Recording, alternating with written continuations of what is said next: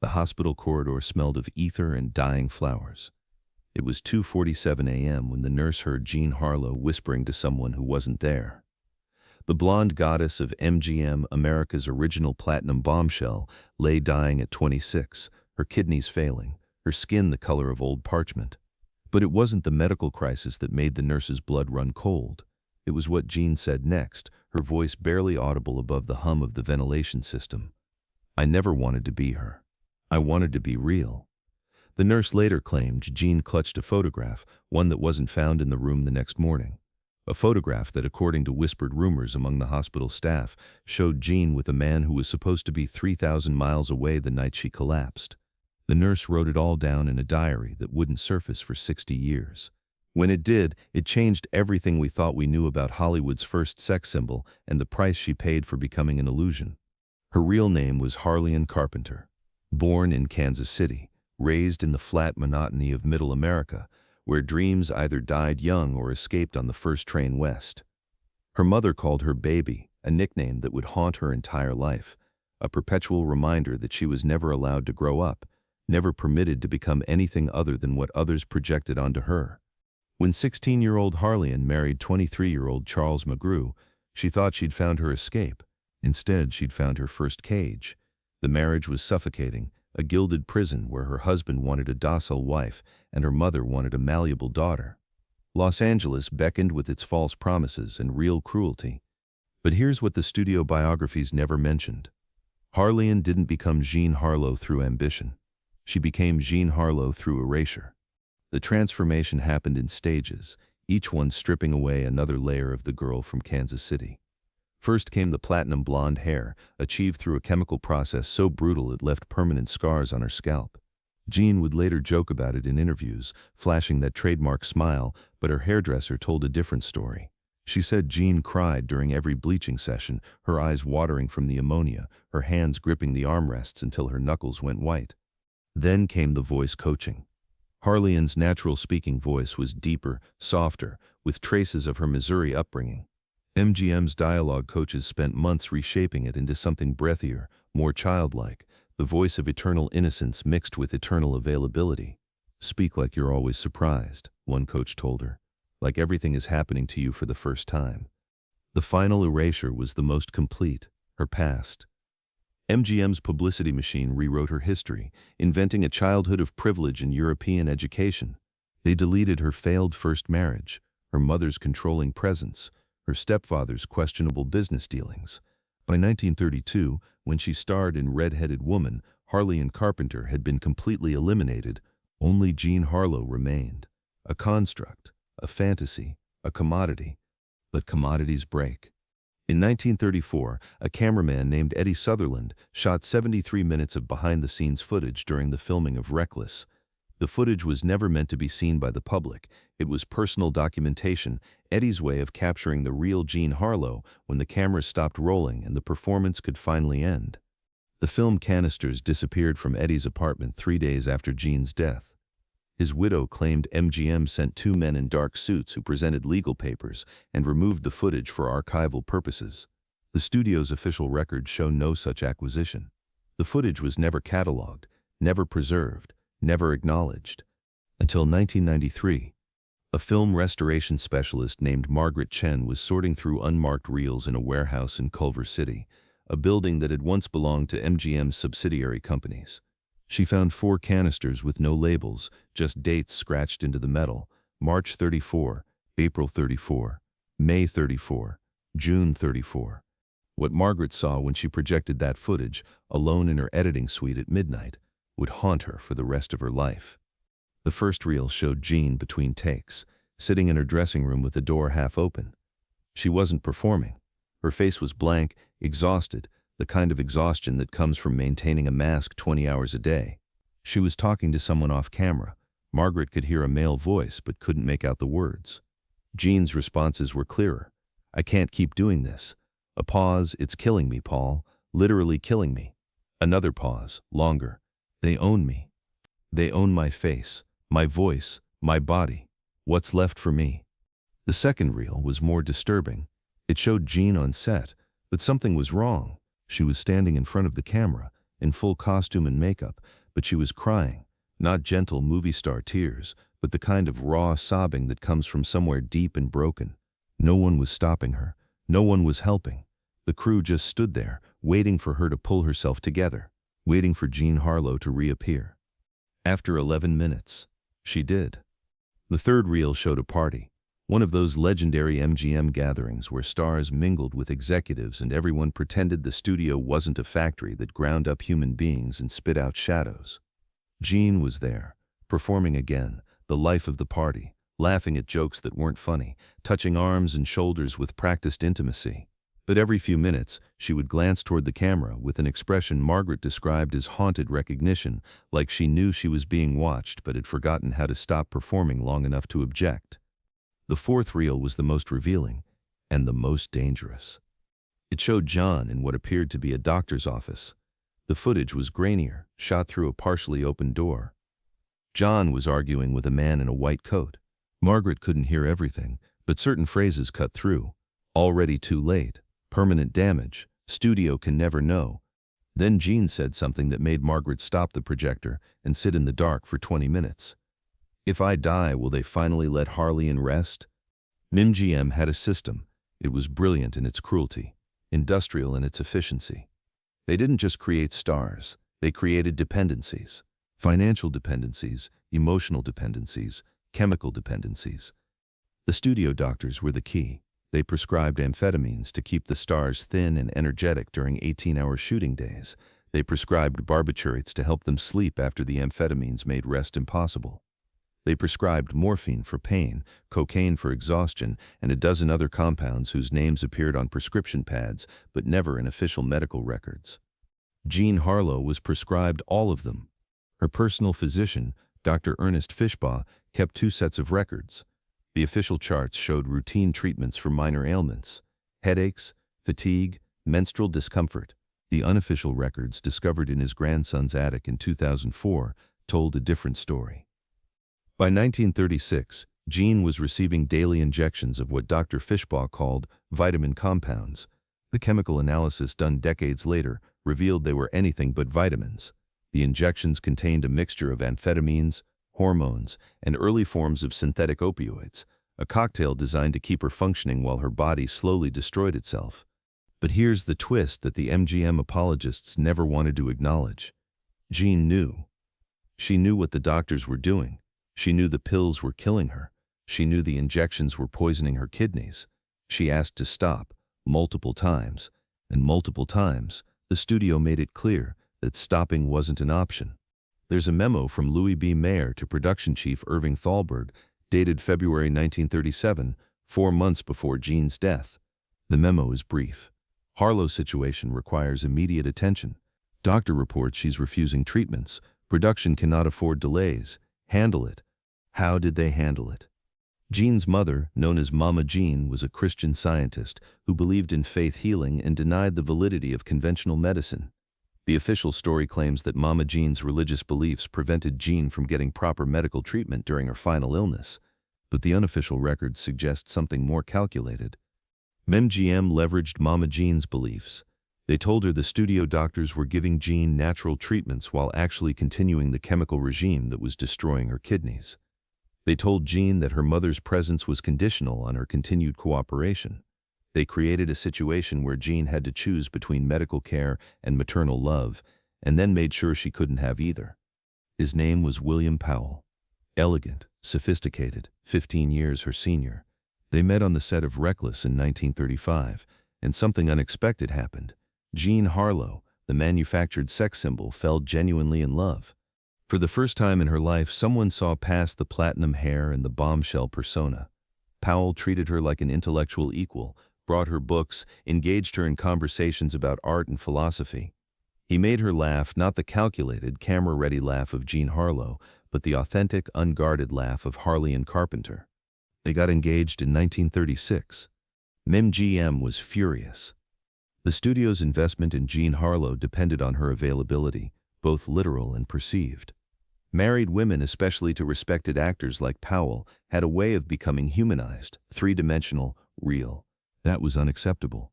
Jean Harlow needed to remain a fantasy, forever young, forever available, forever just out of reach. The pressure campaign began immediately. Mayer called Powell into his office and suggested that marrying Jean would damage his distinguished career. Gossip columnists who depended on studio access for their livelihoods began planting blind items about Jean's wild behavior and unpredictable moods. The studio doctors increased her medication dosages, making her more erratic, more dependent. Powell later told his closest friends that he watched Jean disappear into someone else during those final months. The woman he'd fallen in love with, smart, curious, vulnerable, was being chemically erased and replaced with the manic pixie nightmare the studio required. But here's what the romantic biographies always omit. Powell tried to save her.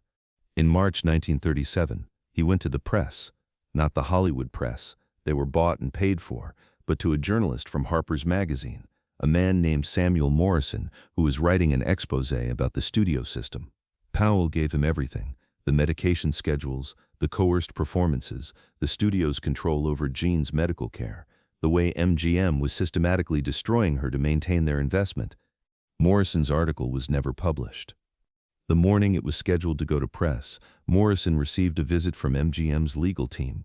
They presented him with a file, a thick folder containing photographs, witness statements, and financial records suggesting Morrison had been involved in a securities fraud scheme 3 years earlier. The evidence was circumstantial, possibly fabricated, but it was enough. Morrison killed the story. Years later, on his deathbed, Morrison told his daughter, "I saved my own skin, and let that girl die. That's the story they'll never let anyone tell." The official cause of death was cerebral edema, brain swelling caused by kidney failure. Jean Harlow died on June 7, 1937, at Good Samaritan Hospital in Los Angeles. She was 26 years old. The official story states that Jean collapsed on the set of Saratoga, was taken home at her mother's insistence, and only admitted to the hospital when it was too late to save her. The official story is incomplete. 3 witnesses, a makeup artist, a script supervisor, and a grip, later reported that Jean had been complaining of severe symptoms for at least 2 weeks before her collapse. Blurred vision, abdominal pain, difficulty concentrating. She'd asked multiple times to see a doctor. The studio's response was to increase her medication and keep her working. The script supervisor, a woman named Dorothy Revere, kept a production diary. Her entry from May 23, 1937, reads, "Hark pots kunnen niet iets kansaft upshare, hut u suffered, and vad hurt in weather mel. Here I can prominence quite stay." Pageld Hark had she looked terrible, and should see a doctor, she said. "They won't let me, not until we finish." I asked who they were. She just looked at me like the answer was obvious. When Jean finally collapsed on May 29, the studio didn't call an ambulance. They called Mama Jean. This is where the story gets murky, deliberately so. Mama Jean took her daughter home and, according to the official account, tried to treat her with Christian Science prayer healing. By the time Jean was admitted to the hospital a week later, her kidneys had completely failed and her brain was swelling with toxic fluid. But several doctors who reviewed Jean's medical files years later found something disturbing. The kidney damage was too extensive, too advanced to have developed in just 1 week. The deterioration suggested months, possibly years of progressive poisoning, consistent with long-term exposure to the kind of chemical compounds found in those vitamin injections Dr. Fishbaugh had been administering. In other words, Jean Harlow was dying long before she collapsed on set, and MGM knew it. The funeral was a spectacle. 20,000 people lined the streets. MGM's biggest stars served as pallbearers, and the studio publicity machine spun Jean's death into a tragic but sanitized narrative of a star taken too soon by a cruel illness and a mother's misguided faith. What they buried along with Jean Harlow was the evidence. Dr. Fishbaugh's unofficial medical records, destroyed in a storage facility fire in 1939. Eddie Sutherland's behind-the-scenes footage, vanished, with only those 4 reels surviving by accident. Samuel Morrison's unpublished Harper's article, the only known copy was in his office safe, which was burglarized in 1938, nothing taken except a single folder of documents. William Powell paid for Jean's funeral and mausoleum. He never married her, never got the chance to save her, and spent the rest of his life. He died in 1984 at age 91, refusing to discuss their relationship in any detail.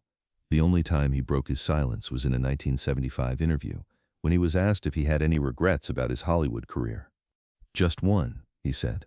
"I regret every minute I spent being complicit in that system. I watched them kill the woman I loved, and I didn't stop it. I tried, but I didn't try hard enough." The interviewer pressed him. "Who killed her? What do you mean by the system?"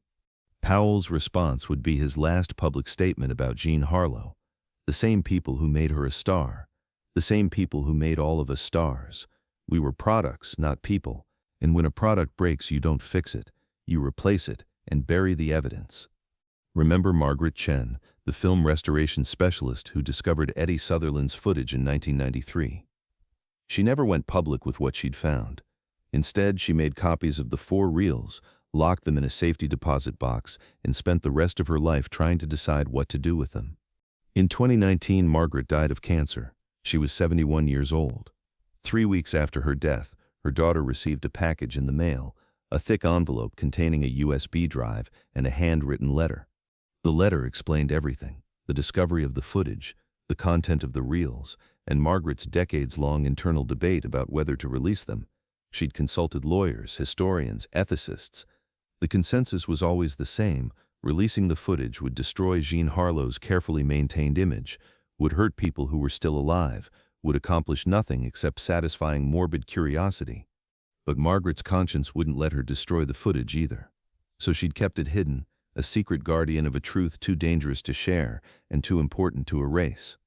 The letter concluded with this: "I'm taking the coward's way out by leaving this decision to you, but I need you to know something. Jean Harlow was murdered, not with a gun or a knife, but with contracts and chemicals, and the collective decision that her life mattered less than her image. If you release this footage, people will call you exploitative, ghoulish, cruel to her memory. If you don't release it, the truth dies with me. I'm sorry to burden you with this choice. I'm sorry Jean was never given any choices at all. Margaret's daughter has never released the footage. She's never even confirmed its existence publicly." But in a 2021 documentary about Hollywood's golden age, she gave an interview where she made a cryptic statement. "My mother spent 30 years carrying a secret about Jean Harlow. She never told me to release it or destroy it. She just told me to remember that behind every myth about old Hollywood, there's usually a woman who died for it." Here's where the story enters speculative territory, the realm of theories that can never be proven but can never be completely dismissed. In 2008, a former MGM accountant named Richard Brenner published his memoirs. Buried in the back half of the book, almost as a throwaway anecdote, was this passage: "There were certain expenses that never appeared in the official studio ledgers, medical treatments that happened off the books, payments to doctors who asked no questions, settlements with families who agreed to stay quiet. I processed dozens of these transactions over the years. The largest one I ever handled was in July 1937, 1 month after Jean Harlow's death. It was a payment of $250,000 to Mama Jean, Jean Harlow's mother. The notation just said, 'Consultation fees and grief counseling, $250,000 in 1937 money for consultation fees.' You tell me what that was really for." The implication is chilling. Did MGM pay Jean Harlow's mother to allow her daughter to die? It sounds impossible, monstrous, unthinkable. But consider the circumstances. Mama Jean was a devout Christian Scientist who genuinely believed in faith healing. MGM knew this. They also knew that Jean was becoming increasingly difficult, missing shooting days, talking to journalists, refusing medications, threatening to break her contract. They knew her kidneys were failing. They knew she was dying. What if they made a calculation? What if they decided that a dead Jean Harlow, frozen forever at 26, eternally beautiful, permanently mythologized, was worth more than a living Jean Harlow who might grow older, gain weight, become difficult, or worst of all, become real? What if they encouraged Mama Jean's faith healing approach, knowing it would kill her daughter? What if they delayed proper medical treatment just long enough to ensure the kidney damage would be irreversible? What if the $250,000 payment was hush money, compensation for Mama Jean's cooperation in her own daughter's death? There's no proof, just suggestive financial records, convenient timing, and the testimony of people who are now dead. But the question lingers: how far would a studio go to protect its investment? And is murder really impossible when the victim has already been systematically dehumanized, when she's already been transformed from a person into a commodity, when her death might actually be more profitable than her survival? Let's end with the question that should have been asked first. Who was Jean Harlow, really? Not the platinum goddess, not the sex symbol, not the tragic victim. Who was Harlean Carpenter, the girl from Kansas City who wanted to be real? The few people who knew her before the transformation described someone surprisingly ordinary. She liked to read mystery novels. She was good at math. She wanted to be a journalist, someone who told other people's stories instead of becoming a story herself. She had a sense of humor that was sharp and self-aware. In one of her last interviews, she joked, "I'm not really a blonde, you know. I'm not really a bombshell either. I'm just a girl from the Midwest who's very good at pretending to be what you want me to be. The tragedy is, I've been pretending so long I've forgotten what I wanted to be." She loved animals. She had 4 dogs and 2 cats, and the Hollywood press mocked her for it, as if having normal domestic affection somehow contradicted her sex symbol image. She wanted children. William Powell later revealed that they'd discussed adoption, since Jean's health made pregnancy dangerous. She wanted to be a mother more than she wanted to be a star, he said. But the studio told her motherhood would kill her career. So she chose the career, or rather, the career chose her. In the end, what killed Jean Harlow wasn't kidney failure, or Christian Science, or even MGM's systematic poisoning. What killed her was the erasure, the complete elimination of Harlean Carpenter in favor of a marketable illusion.